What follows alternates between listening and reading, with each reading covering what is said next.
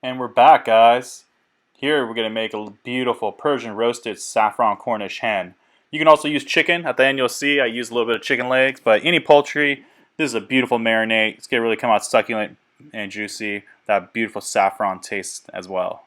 You can start with your basic ingredients, Persian ingredients: saffron, yogurt, onions, garlic, mixture of spices. Ingredients are down below, guys.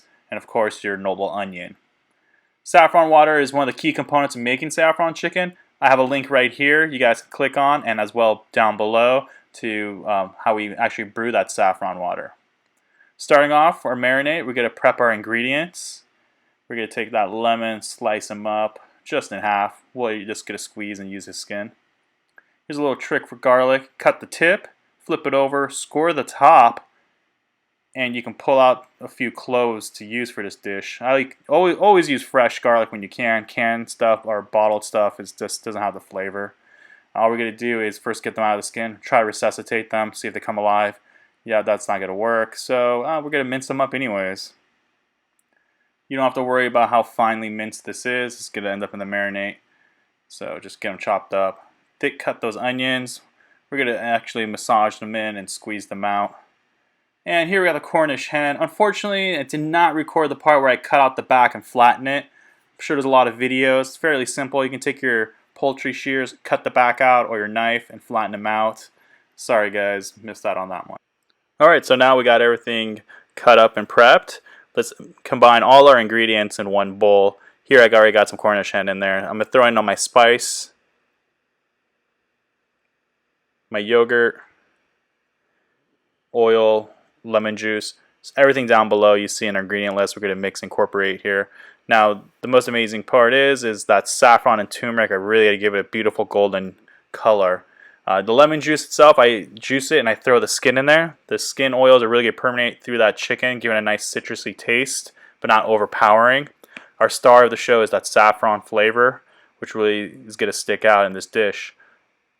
Now one thing I like to do is with my onions is don't need to really mince them to get the juice out, to get that chicken really well seasoned, is I'm going to actually squeeze it between my fingers as I marinate and incorporate everything together.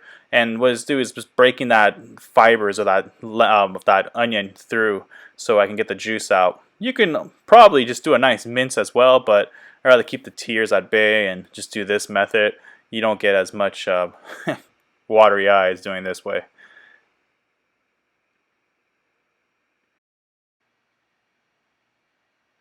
Once everything's nicely mixed together, we're going to let it marinate for 2 to 4 hours. You can do 24 hours if you like. Now we got a skillet with some oil, super hot skillet, so we can get that nice sear going. Yep, enjoy that sear music again. Woo. Now remember, we're not trying to fully cook anything here. We're just trying to get that sealed in, all the juices, so when we throw it in the oven, we don't lose that moisture. Like I said, you don't have to just do a Cornish hen with this. I have some chicken legs that I marinated with the same marinade that I'm throwing in. I'm going to bake off with this Cornish hen as well. Here we go, on the oven rack we go. I'm going to put this into my oven around 375 to start for 20 minutes and then finish it off at 400 for another 10 to 15 minutes. Just keep your eye out. Every thickness is a little bit different. The legs might take a little longer if they're really big. These are tiny chicken legs. And here's your finished dish, guys. We have that beautiful perfume-filled saffron chicken. Backdrop, we got that cherry Persian rice. We'll have a tutorial coming up soon. And I also sauteed some asparagus and the same juice left over from the sear pan. So yeah, don't throw away all those juices yet. Throw your veggies in there, toss them, sear them off, cook them through. And guys, don't forget, click and subscribe. We got more videos coming out. Need your support. Thank you so much.